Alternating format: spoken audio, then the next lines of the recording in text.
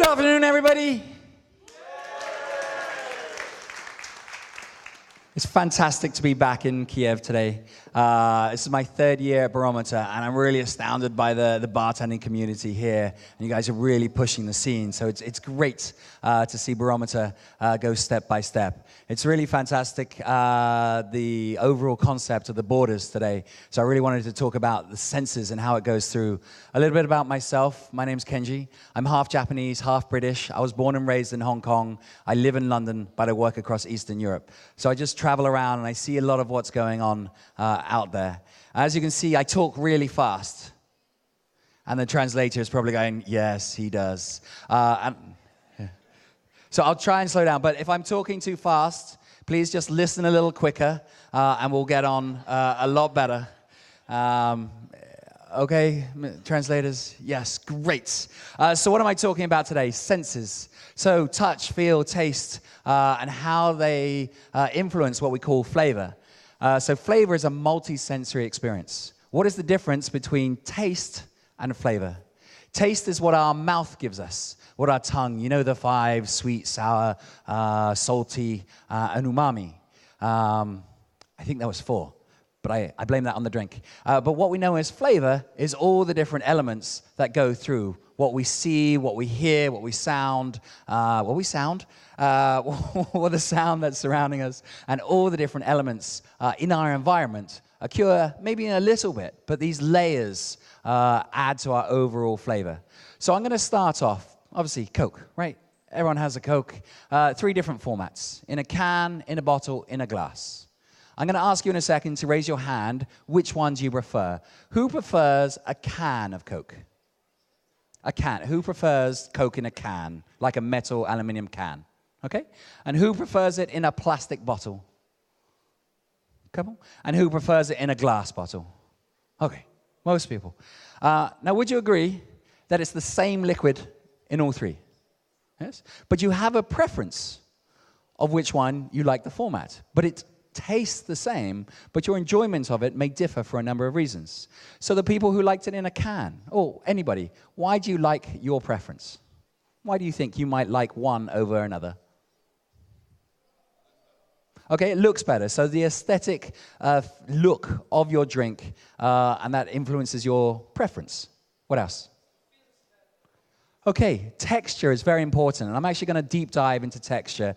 But obviously the temperature, the thickness on your lips has an impact, but also on your hands, about how you grasp it, how cold it is, and how heavy it is. Anything else? You might have a historic connection to it. As a child, you might have drunk it in a glass bottle. So that's kind of your preference to it. So all of these factors, and how do we bring that into drinks? So we may taste with our mouths, but a perception of flavor is layers of the sensory information. All making sense? You see what I did there? That might not translate. So I'm going to go into each of the senses and see how we do. So sound, how impactful is the sound of influencing the taste? Now imagine you've gone out for a meal. So you have a meal and a cocktail. Okay? Now, first of all, you're in a very posh restaurant. You got thick carpets, nice white tablecloth, heavy cutlery and plates, and you got maybe a string quartet in the background, all playing lovely music. Okay? You eat and drink, lovely environment. Now, imagine the same food, the same cocktail, but in a nightclub. You're working. You go to the back room, it's dark and the lights are going, and you get it on a plastic plate and a plastic cup, and you're there and you get this big music. Does it taste the same? No, of course not. And sound has a big impact for it. Actually, one of the things that really took me down this journey of appreciating how the senses are, you heard of the chef Heston Blumenthal? Who's heard of Heston Blumenthal? Look him up. He's an amazing chef, and he started exploring how sound, in particular, has an impact on what we taste. So he created a dish called the Taste of the Sea. As you can see, it's up there. It was a seafood dish, but purposely he left the salt out. Now, obviously, you leave salt out of food, and it tastes kind of bland. So you eat it, and it wasn't balanced. But then what he did, this is many years ago, he put a little iPod inside a seashell. So you put it on and you heard sound of the sea. So the waves crashing and the seagulls in the air. And it added salt to people's perception of what they were drinking, of what they were eating. So it rebalanced there, but there was no salt in the dish. But the sound actually impacted flavor. So it starts, you think, I was just like, how does that work? Flavor's in our mouth, no. But it's not. Flavor is in our brain. Everything that goes through is translated and goes into our brain. Imagine when you eat something or drink, maybe your favorite drink. Think of it. You drink it, it goes down. Can you still taste it after you've drunk it? Right?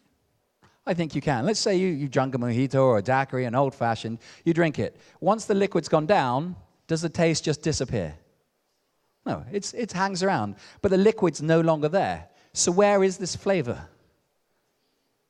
It's in your brain. So you start thinking, actually, I'm drinking, I'm eating with my brain. It's like, how can I now start influencing what I'm perceiving as flavor?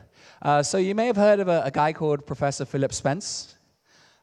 Incredible. This guy's book that you have to read is the book I wish I'd written. It's just every page is mind-blowing. He did an experiment with sound to see how crunchy or how fresh people thought chips were. So he gave people a big bowl of chips and he put noise-canceling headphones on and without telling them, changed the level of crunch and asked them to rate how fresh something was. The bigger the sound of the crunch, the fresher the crisp. And it was the same. They used Pringles because every single Pringle is the same. And there was a huge correlation between the sound of the crunch and how something fresh was. So you've got to start thinking about how this works. So they call it sonic seasoning and how sound can actually change. So you've got to start thinking in your bar or in your club what sound actually does. Now, each of these things, as I said, is a small layer. But there are people that start to strip out some of these layers and focus on one sense at a time. I did an event with Bang & Olufsen, their headsets, and used these two sounds because apparently high-pitched noises increase our perception of sweetness, and low bass notes increase our perception of bitterness. So we used these sounds, and we made a whiskey sour because it's very balanced, the sweet and sour. And we asked them to drink it, put the headphones on, played them the sweet sound, drink it, and then played them the sour sound. And obviously, it changed their perception of the drink. Whether it worked because of the sound or whether it worked because I told them to work, I don't know. But either way, it works, so it's good. I've actually got the sounds here with me. So let's hear sweet.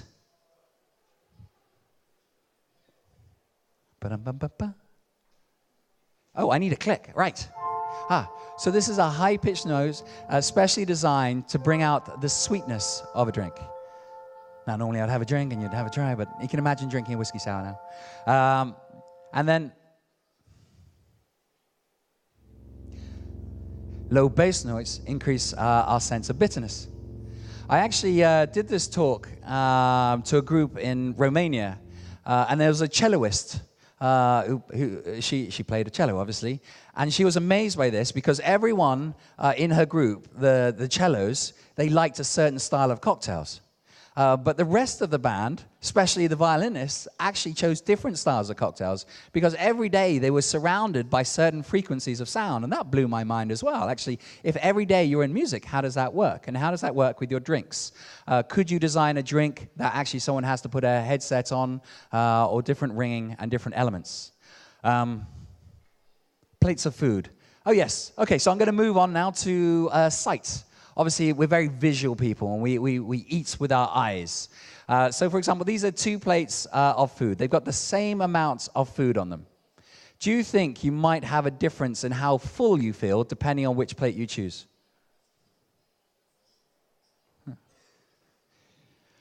Most people, when they have a smaller plate, their impression of fullness increases because their perception is they get more food. Obviously, you don't have both plates at the same time, but given the same bigger plate, it's there. So if you're on a diet, Use smaller plates. You can eat the same amount of food, but you actually feel fuller. So how does that work with drinks? If you serve a gin and tonic in a small little tumbler versus in a big Copa glass, does it change your impression of how much drink you're getting and the value of money of it? So sight obviously has a big impression. And some amazing studies over here. The color of crockery, the color of what you use to eat and drink has an impact. Color of your plates. Apparently, serving something on a white plate increases its perception of its sweetness by 10% over the same food on a black plate. And you're like, how does this work? Because of what our perceptions of flavor is on what we're actually seeing. The shape of the plates and how we're seeing. So how does that work with drinks? And here's some examples of how different bars around the world have used sights. Sorry, you can't see the names of it. This is an anonymous bar in Prague. You may have seen it before, where you have black lights. So the menu doesn't have the drink, and you have to use the light to actually see the drink descriptions. And it's amazing. You know, the guys at Artesian, they created this cocktail where it was a mirror. So you didn't see the drink, you saw yourself after Dorian Gray. And you could smell it as well. They had this sense. But obviously what you're seeing is very different to what you're drinking, because the drink is hidden from you. This is the Beaufort Bar in the Savoy, the pop-up menu. Obviously getting people engaged. They get this menu, which they've sent to space as well, but you open it up, and the drink obviously pops up at you. This is Door 74 in Amsterdam. They use a viewfinder. So getting people engaged in a particular sense can heighten that perception. You know the guys from Little Red Door in Paris, they're here as well. They did an incredible thing. This is one of my favorite menus in the world. What they did is they got artists, local French artists, to illustrate each of what they thought the drink would look like in a painting. So this is their menu. So this is a drink. So what do you think this drink tastes like? Fresh? Heavy? Maybe herbaceous, floral? And that's the actual drink. So each of the illustrations, so you didn't get the description, you were going on the visual. So you were really attuning the customer to choose by sight and interpretation of sight and what it meant from the drink. So that's pretty cool. Smell.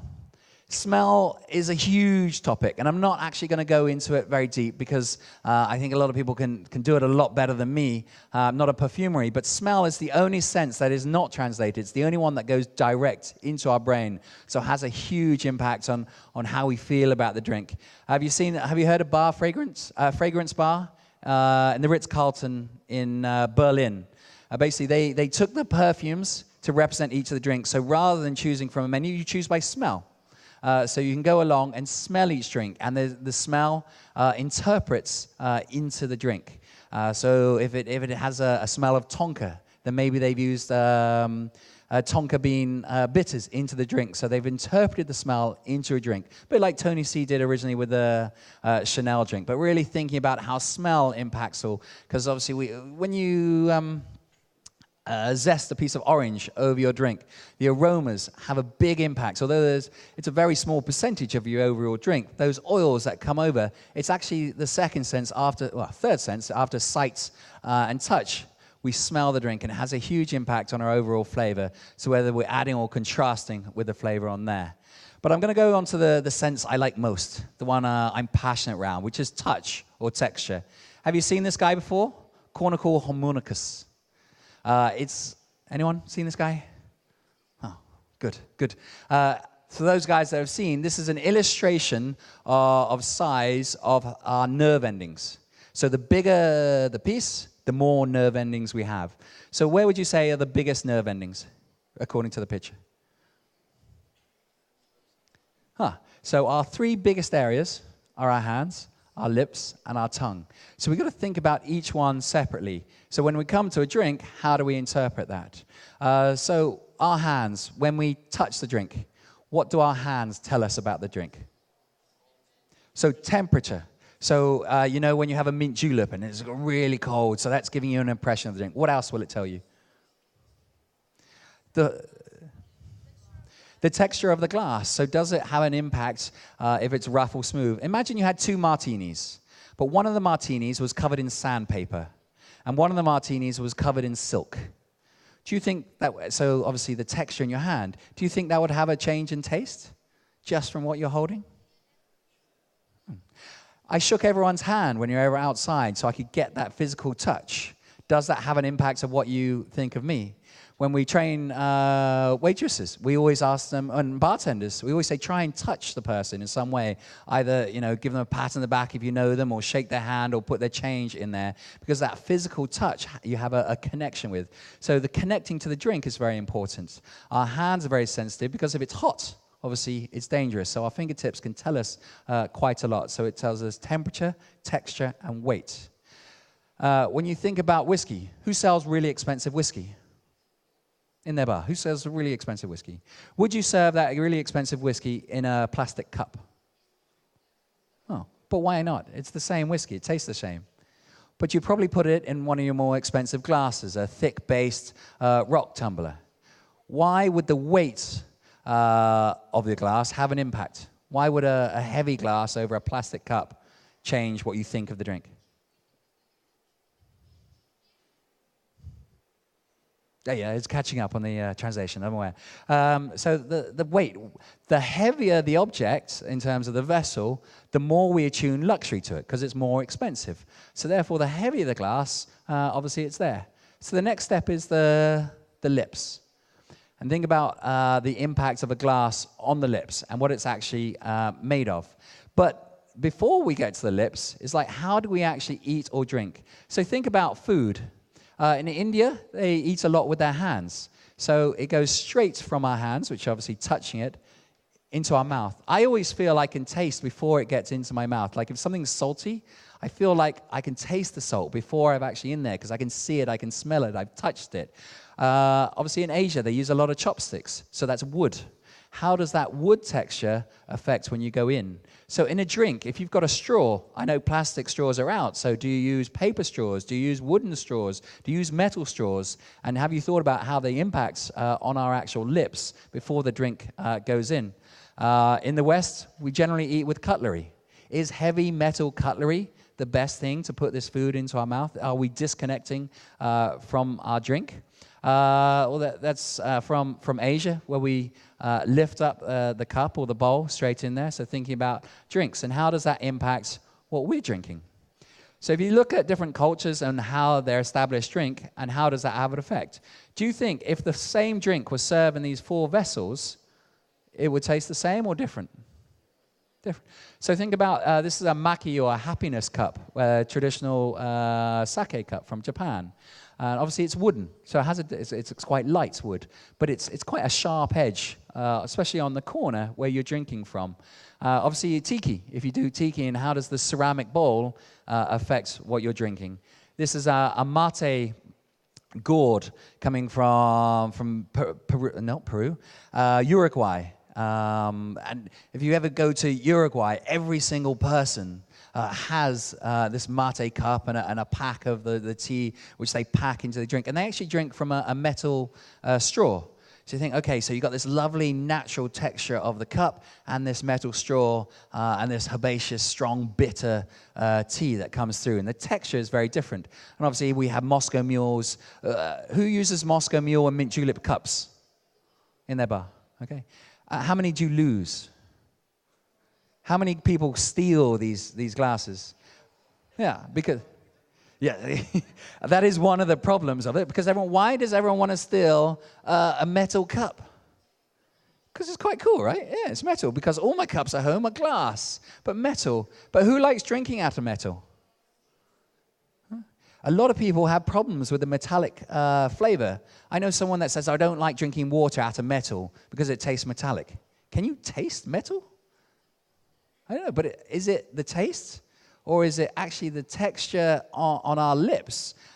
Because if you lick it, I don't think there's any sweet, sour, or bitterness to it. It's just the texture of the metal that's actually on our lips. So thinking about on the shapes. And there's lots of different ways to bring texture into account. So this is Oriel in London, you may know. So they started using, they spent about a year trying to find this right leather they could actually serve in it. And it adds the flavor and the texture. This is a menu from a tippling club in Singapore, where they serve the cocktails in, as you can see, gummy bears. So you can actually taste the gummy bear to choose your drink, and the texture and the flavor of the gummy bear. And you're like, oh, that's pretty cool. This is a bar in Estonia where the menu's printed on the bottles. So it's a bit like Braille. You got to feel the menu. And thinking about menus and texture, what does your menu say about your venue? Do you just have a simple, cheap A4 thing that you printed in the back office listing your menus? Or would it have a difference if it was an expensive leather-bound menu and the menu was printed, when it gets that thickness of the card, and does that have an impression of the luxury or the quality of the drinks that's in there? So it's not just texture of the drinks, but texture of your carpet. There are studies that show the thicker the carpet, so we can actually feel, has an impact on what people feel of the impression of the meal that they're having just from the carpet, from the weight of their cutlery, to the menu, to the outfits, all different elements. You can think, actually, do they have small different elements on there? And your glassware has effects on texture as well. So obviously this is a coupe versus a champagne flute, and you look at the movement of the bubbles. Which one's going to have a bubblier texture?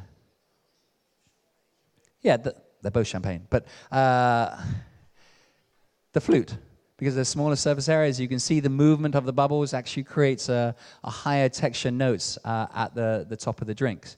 So sensory engagements that go through is one of the biggest trends that I've seen. And pretty much in all the bar shows that I go to, someone is talking about how sense impacts the drink, the lights in your bar in the club, and how visual effective is. Has anyone had customers who choose drink purely by what they look like? I want that one. Anyone? Yeah. They don't care what's in it. Why? So what are they going to do? So your drink looks good, you've done a nightjar, amazing thing, and your customer orders it because someone else has got it, and what are they going to do? Yeah, but they're gonna take a picture of it, right? And they're gonna load it up to Instagram. What I call postability. How postable is your cocktail? We all now live two lives. We've got our real life and our digital life, what we curate on Instagram or Facebook or Twitter or whatever your choice is there. But your nightlife is a huge opportunity to obviously increase your social status by look how cool I am by drinking this cool cocktail. So I would always recommend on your menu at least having one cocktail that is incredibly stunning for look at, whether that's silly, rubber ducks floating in your drink, or whether that's creative in terms of your garnishes, an element. I would always have at least one. Some bars have two or three, but obviously your mise en place increases, your difficulty increases. You've got to buy special glassware and straws and elements. But just by having one, you become famous for a drink and see how it booms off. If you look at some of the world's best bars, and think about how did they get there. Somewhere like Gibson or Nightjar or Oriole. If you look at some of the creative geniuses in the world, like Dennis Zoppi. Who's seen Dennis Zoppi's posts? And what is his drinks? You're just like, whoa, how does this guy is the mad Italian. He's got clouds floating over his things and things hanging over these things. And you're just like, wow, this thing. And you don't care what's actually in the drink. It's all the visual appeal and how much that really adds to there. So I'd always think about what at least one of your drinks on your cocktail goes throughout. Whew. Cool? When I say cool, you have to say cool. Is that cool? Cool. Great. This part of the room is like, no. Is that cool? Cool. Fantastic. So I'm going to open up some questions now. So let's hope you got some questions.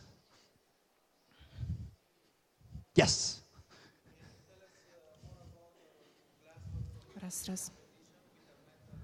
Okay.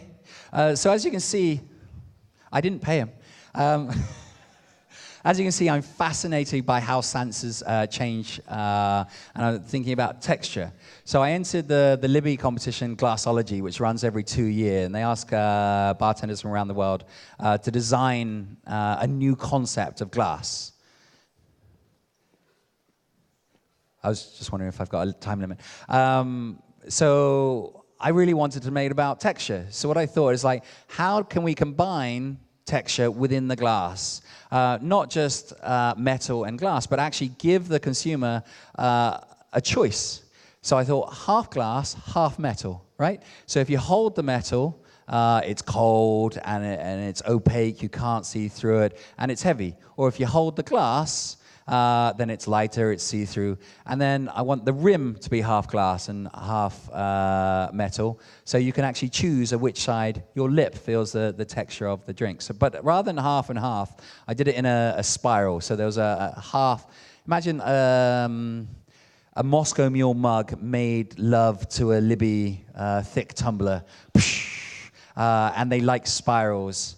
So the spiral of the metal came through there, so you could actually, your hand could be either all on the metal, and then you could move it, and then it's all on the glass, and change the lip on there. So it's just giving someone, so rather than changing glass, you could have two different flavor perceptions of the same drink without changing glass.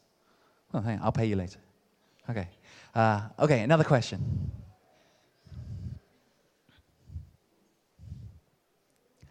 I can put a microphone. Where are your hands? Over here, yes. No. He's like, no. Нет. I know two words in Russian. Нет. Спасибо. Da. Yes, please. Do you want the microphone? Yes, because everybody wants to listen, to hear, yes. As you said, sound is very important. I can't hear a thing. Hi. You told about that it's different taste between when you eat at the dim places and light places, right? Yes, yes. And it was actually proved that people would consume more when they eat at dim places. So what's the difference between the light? Where it tastes better? In a dark place or in a light place? That's a very good question. So she's saying light has an impact on quantity. So the lighter the environment, the more they eat, or the other way around? Yes. So less light, they eat more. Huh. Fascinating. See, I don't know the science behind all this stuff. I just see it, and I talk about it. But I'm not a scientist. I don't understand the cognitive reasons behind it. But have you heard of a restaurant called Don Lenoir? In the dark. It started off in London, and I think there's now 5 or 6 across Europe. So basically, it's a pitch black restaurant. They only employ blind waiters. So you have to, when you go in, you have to give in your phone, so there's no lights. If you've got one bright watch, you have to take that off, so there's no light at all. You literally cannot see the hand in front of your face. So the waiter, the blind waiter, who obviously knows the layout of the restaurant, will take you by the shoulder, and you go in, you're holding like this. So you get the experience already, and it's pitch black, and they show you the table, and you sit down. And I always like getting the mystery menu, because you sit down, and you have to feel. There's no cutlery, because you can't see where you're cutting. So you have to eat with your hands, and once again, that's bringing in texture. And the food is there, and then you find your food, and then you have to find your drink as well. But you don't know what you're eating or drinking. Whenever I take guests, I always say, look, I'm not going to tell you what you're drinking. I'll order them drinks. What's amazing is that I didn't think about the taste. All I tried to work out was what I was eating. Because I think the first course was like a sushi dish. So you get the kind of the little bit slimy, the fishy on there, and that's rice, and you're like, there's a little bit of a sauce, and yeah, wasabi, right?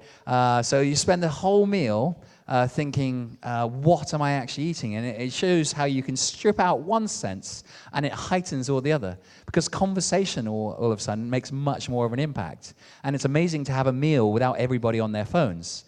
So light has a big impact. I didn't realize it actually changes the quantity.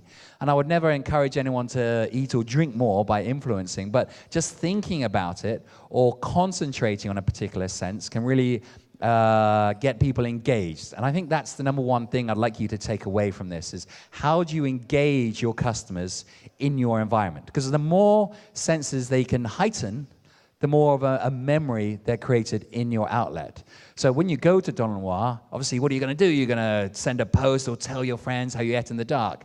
But if you go to your bar and you had to put on a special headphones because the sound changing there, or who uses dry ice or smoke in their cocktails? Anyone use a smoke gun, fogs? You've seen it, right? But obviously the visual effect of the smoke, and if you use a dome and you lift up the dome and you get this waft of the smoke and you're like, wow. So the more impact, the more sensory impact, just focus one at a time, makes a big impact on what people drink. You're going to start thinking about the cognitive behavior of why. That's the fascinating point, I think. I think you just need to get stoned and then think, and then, no, I shouldn't say that. Right, ignore that. It makes you think about how and Kenji, what. I'd like to, yes, to discuss with you. Because the waking senses, yes, it's like, it depends, very dependable question. Because it depends, what do you like to wake? In a kitchen, yes. When you taste a menu, when you taste some dishes, Yes. do you like to be inspired of something, or do you like to enjoy food? And in cocktails, maybe the same. What do you like, to make good pictures, to make an Instagram pictures, or really enjoy a cocktail? Obviously, the taste of the drink is the most important thing. But bringing out one of the senses to heighten the environment, to get some social media attention to your bar, is also important. I think in this day and age when we're all competing to get our customers, heightening one of the senses as well as having great drinks. I mean, when I think about food, the best bit of food for me is before it's come onto the table. You know, like say you go home and your mum's cooking a dish and you sneak a little something. That's the best bit before you've even sat down. And it's just think about how do you get that sneaky little bit of excitement before there. And I think that's what heightening a sense in a drink can do. You know, having the fog lifting up when you do or having a different texture. Think about maybe, even if you can't afford new glasses, but just think about you can buy some cheap clothes, wrap some in leather or silk or whatever, and just start changing the texture, getting people engaged so there's a little wow moment. Rather than just on their phones, they actually start engaging with your drinks. It's not just another rum and coke. You can still serve a vodka and orange juice, but if you serve it in something cool, it becomes a lot more than the drink itself. The senses really impact what we perceive as flavor, which is the whole thing. It's perception of flavor. It's not actually flavor. Remember, where do we get flavor from? Is it our mouths? It's our brain. Flavor is in our brains. Let's explore the brains. So any more questions? Yes?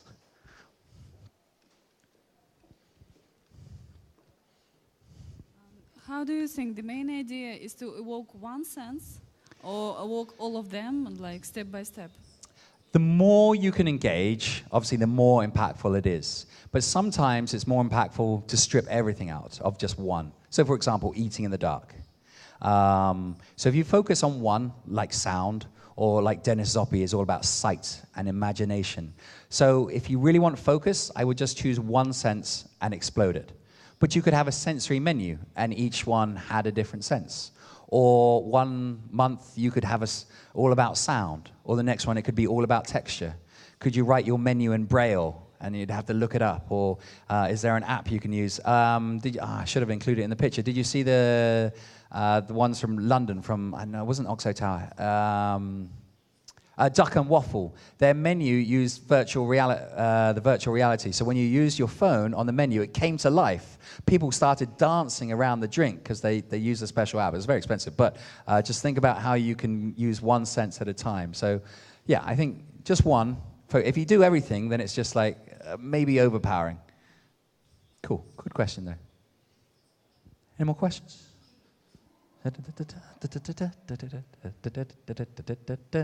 Ooh. Okay, I got 2 things to say. One, my Instagram is Kenji Jesse. Nomu Consult is my company. I'm a consultant, so please feel free to add me and I'll follow you back if you're cool enough.